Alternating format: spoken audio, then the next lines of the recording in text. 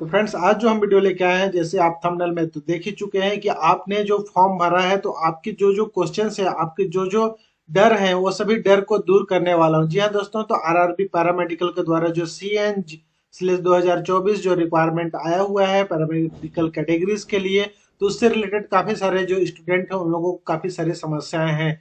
मेरे पास कई प्रकार के कमेंट्स, व्हाट्सएप पे मैसेज, कॉल आते रहते हैं, तो उन लोगों को सभी को मैं एक ही जवाब देना चाहता हूं कि वो सारे कोई इस वीडियो को देख ले। तो सबसे पहले जो मेन सबसे ज्यादा क्वेश्चंस आया हुआ था कि क्या मैं एक से अधिक पोस्ट पे अप्लाई कर सकता हूं। तो एक से अधिक पोस्ट पे अप्लाई किस तरीके से किया जा सकता है, वो मैं बता रहा हूं। तो यहाँ आरआरबी ने अपने क्वेश्चन नंबर 57 में क्लियर किया हुआ है, क्या मुझे उन सभी पदों के लिए वरीयता क्रम प्रदान करना चाहिए जिनके लिए मैं पात्र हूं। जी हाँ दोस्तों, अगर आपने अपना जो आरआरबी चूज किया है, उस आरआरबी के अंतर्गत जिस जिस पोस्ट के लिए आप क्वालिफाइड रहेंगे, आपकी जो क्वालिफिकेशन है उसके अकॉर्डिंग जब लास्ट में आप अपना जब जॉब प्रेफरेंस आप करते रहेंगे, तो पोस्ट प्रेफरेंस करते समय आपको चूज करना पड़ेगा first, second, third, fourth, and सबसे पहला जो आप सबसे मतलब जिसका एग्जाम देना चाहते हैं उसको सबसे फर्स्ट पे आपको रखना है। तो इस चीज को आप ध्यान रखेंगे। तो सबसे मेन जिसमें आपको एग्जाम देना है, जिसके लिए आप तैयारी कर रहे हैं, उसको फर्स्ट करेंगे। इसके अलावा जो भी है उसको सेकेंड, थर्ड, फोर्थ क्रम पे आपको करना है। तो यहाँ बताया है, जैसे बहुत सारे लोगों ने कह चुका था कि मैंने 2-3 सेलेक्ट कर दिया है, क्या मैं रिजेक्ट नहीं हो जाऊंगा ऐसा। तो ऐसा कुछ नहीं, यहाँ देख सकते हैं। हाँ, उम्मीदवारों को सलाह दी जाती है कि वह चुने गए आरआरबी में जितने पदों के लिए पात्र है। आपको यह कह रहा है कि सिर्फ एक आरआरबी में जिसमें आप मतलब फॉर्म फिलअप कर रहे हैं, उस आरआरबी में जितने पदों के लिए पात्र हैं उतने पदों के लिए अपनी वरीयता क्रम को बताएं। और आंशिक वरीयता वाले उम्मीदवार पर केवल उन विशिष्ट रेलवे जोन और पदों श्रेणियों के लिए विचार किया जाएगा जिन्होंने उन्हें चुना है।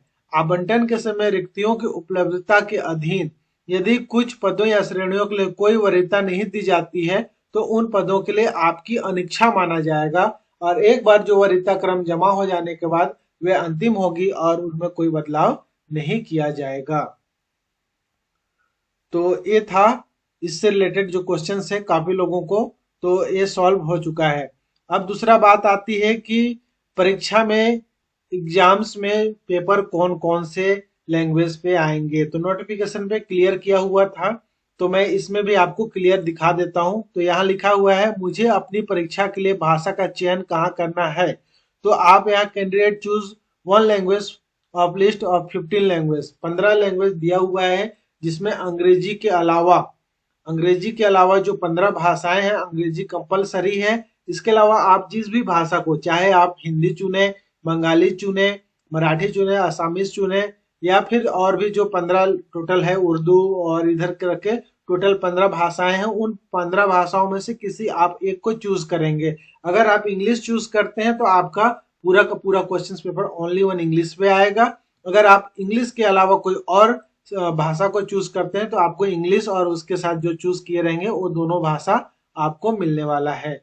तो ये भी क्वेश्चन जो था वो क्लियर हो चुका है। काफी लोगों का ये क्वेश्चन था, तो काफी लोगों का कहना था कि कौन कौन से डॉक्यूमेंट्स इसमें अटैच करना है। तो अपलोड करने के लिए सिर्फ 3 आइटम्स चाहिए।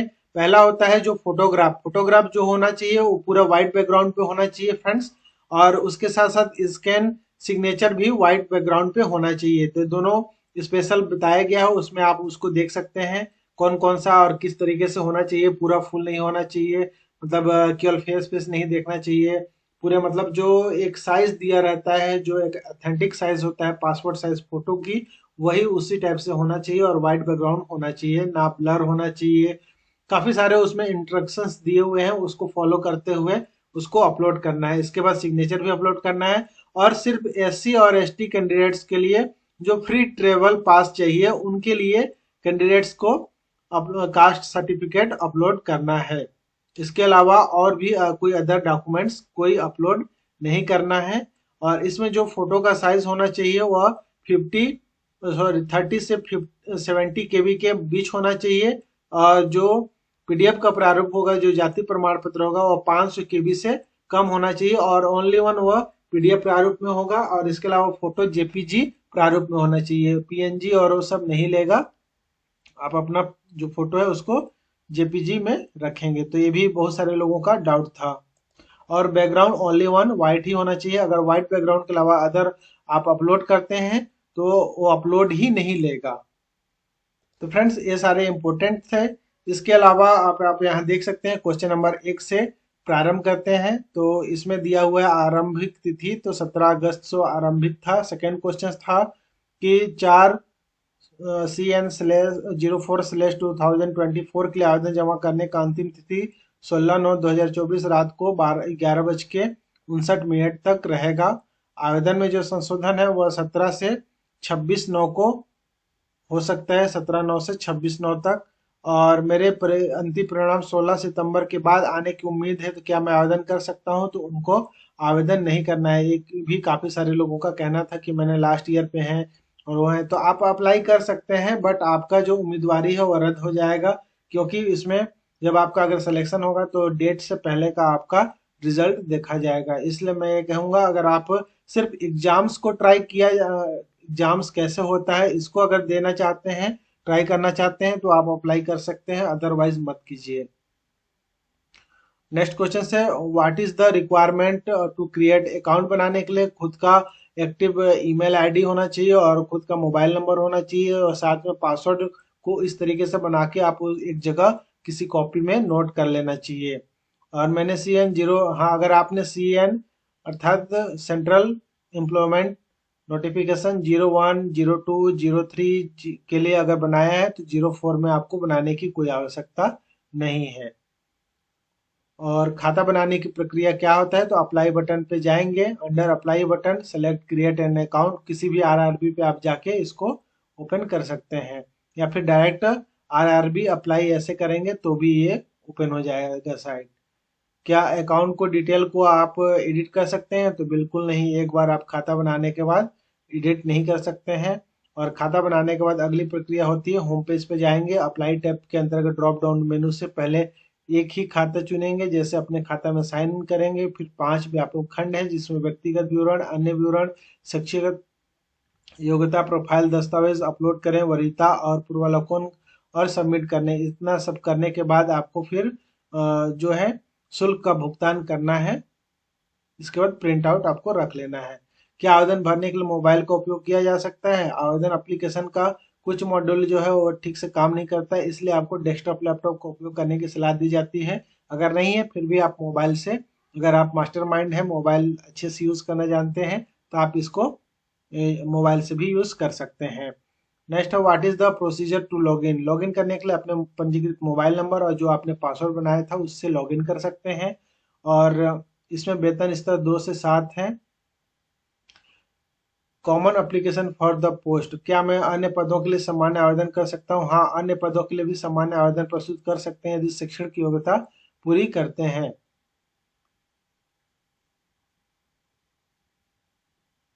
Can I apply to different RRB for different pay levels? क्या मैं अलग अलग वेतन स्तरों के लिए अलग अलग आरआरबी में आवेदन कर सकता हूं? तो नहीं। Candidates are allowed to apply for one RRB only. क्या मैं एक से अधिक आरआरबी में आवेदन कर सकता हूं? तो बिल्कुल नहीं, आप एक से अधिक पे नहीं कर सकते हैं। Can I apply multiple application to same RRB? No, you are should not multiple application to same RRB will result the rejection of the application and will lead to debarment from the future examination of RRB या फिर RRC में आपको divert कर दिया जाएगा या प्रतिबंधित कर दिया जाएगा। I have undergoes LASIK surgery, am I eligible? मैं लेसिक सर्जरी करवाई, क्या मैं आवेदन करने के योग्य हैं? तो लेसिक सर्जरी करवाने वाले उम्मीदवार उन पदों के लिए पात्र नहीं जिनके लिए मेडिकल मानक B1 की आवश्यकता होती है। तो आप मेडिकल देख सकते हैं, जिसमें B1 है उसके लिए आप पात्र नहीं, जिसमें C1 और C2 है उनके लिए आप पात्र हैं। नेक्स्ट है, आधार सत्यापन क्यों जरूरी है? तो उम्मीदवारी की वास्तविकता सुनिश्चित करने के लिए आधार जरूरी है। अगर आपके पास आधार नहीं है तो आप driving licence, passport, PAN, voter ID, employer ID या फिर स्कूल, कॉलेज, यूनिवर्सिटी जहाँ पढ़े इन सभी का इस्तेमाल कर सकते हैं। अगर आपने पहले नाम बदल दिया है तो मुझे कौन सा दस्तावेज प्रस्तुत करना पड़ेगा? तो आवेदकों के पास नाम परिवर्तन के लिए राजपत्र, अधिसूचना या प्रासंगिक कानूनी दस्तावेज होना चाहिए। जो भर्ती प्रक्रिया के दौरान अनुरोध किए जाने पर इसे प्रस्तुत किया जाना है। अगर आपने पासवर्ड भूल गया है तो आप यहाँ फॉरगेट पासवर्ड पे क्लिक करेंगे, जहां अपना मोबाइल नंबर और डेट ऑफ बर्थ डालेंगे तो आपके ईमेल पे यह संशोधित पासवर्ड या फिर मोबाइल नंबर पे भी भेज दिया जाएगा। क्या आप पासवर्ड चेंज कर सकते हैं? बिल्कुल हाँ, आप पासवर्ड चेंज कर सकते हैं। आरआरबी को आप बदल सकते हैं? तो नहीं, आरआरबी एक बार फॉर्म जमा करने के बाद आप आरआरबी नहीं बदल सकते हैं। हाँ, अगर आवेदन प्रक्रिया के दौरान अपने विवरण संपादित कर सकते हैं तो बिल्कुल सेव कर सकते हैं। Who are eligible for free travel authority, तो केवल वे कैंडिडेट्स जो एससी और एसटी कैटेगरी से आते हैं वह फ्री रेलवे पास के लिए होते हैं। तो अब बहुत सारे लोगों का क्वेश्चन होता है, how do available free travel authority. यह सुविधा केवल एससी एसटी उम्मीदवारों के लिए उपलब्ध है जो ऑनलाइन आवेदन भरते समय। ऐसे उम्मीदवार को, क्या आप परीक्षा के लिए निःशुल्क रेलवे यात्रा पास लाभ उठाना चाहते हैं, के अंतर्गत जब ड्रॉप डाउन करेंगे तो उसमें यस चुनना है, हाँ चुनना है। इसके बाद निकटतम रेलवे स्टेशन का नाम देना है। निःशुल्क यात्रा प्राधिकरण का लाभ उठाने वाले उम्मीदवार की यह जिम्मेदारी है कि वे ऑनलाइन आवेदन में रेलवे स्टेशन का सही नाम दे। ऐसा न करने पर आरक्षण प्राप्त करते समय उनका यात्रा प्राधिकार स्वीकार किया जा सकता है। उन्हें अपना जाति प्रमाण पत्र भी अपलोड करना है। तो ये सब तो करना था। अब कैसे आप प्राप्त कर सकते हैं? तो एससी एसटी उम्मीदवारों के मामले में उनके सिटी इंटीमेशन स्लिप या ई कॉल लेटर में ही मुफ्त यात्रा प्राधिकरण शामिल होगा। उन्हें टिकट बुकिंग काउंटर पर अपने सिटी इंटीमेशन स्लिप या ई कॉल लेटर और एससी एसटी प्रमाण पत्र की स्व सत्यापित फोटोकॉपी जमा करके ट्रेन आरक्षण बुक करने की अनुमति दी जाएगी। अधिक जानकारी के लिए आप CN04 पैरा 17.0 को देख सकते हैं। मैं अपना जाति प्रमाण पत्र अपलोड करने में असमर्थ हूं, तो आपको 500 केबी से कम होना चाहिए, तो आप ये ऑलरेडी हो जाएगा। ईबीसी क्या है? तो ईबीसी का मतलब होता है आर्थिक रूप से पिछड़ा वर्ग। आर्थिक रूप से पिछड़े वर्ग के उम्मीदवार जिनकी वार्षिक पारिवारिक आय 50,000 से कम है, या बीपीएल कार्ड धारक, या केंद्र सरकार द्वारा मान्यता प्राप्त गरीबी उन्मूलन कार्यक्रम तहत जारी कोई अन्य प्रमाण पत्र है, तो रेलवे द्वारा जारी इज्जत एमएसटी धारक है। उम्मीदवार को आर्थिक रूप से पिछड़े वर्ग को अन्य पिछड़ा वर्ग और अत्यंत पिछड़ा वर्ग के साथ भ्रमित नहीं करना चाहिए। ईबीसी उम्मीदवार को क्या लाभ दिए जाते हैं? तो ईबीसी उम्मीदवार को फीस में छूट दी जाती है। विस्तृत CN के पैरा 7.3 का संदर्भ लें।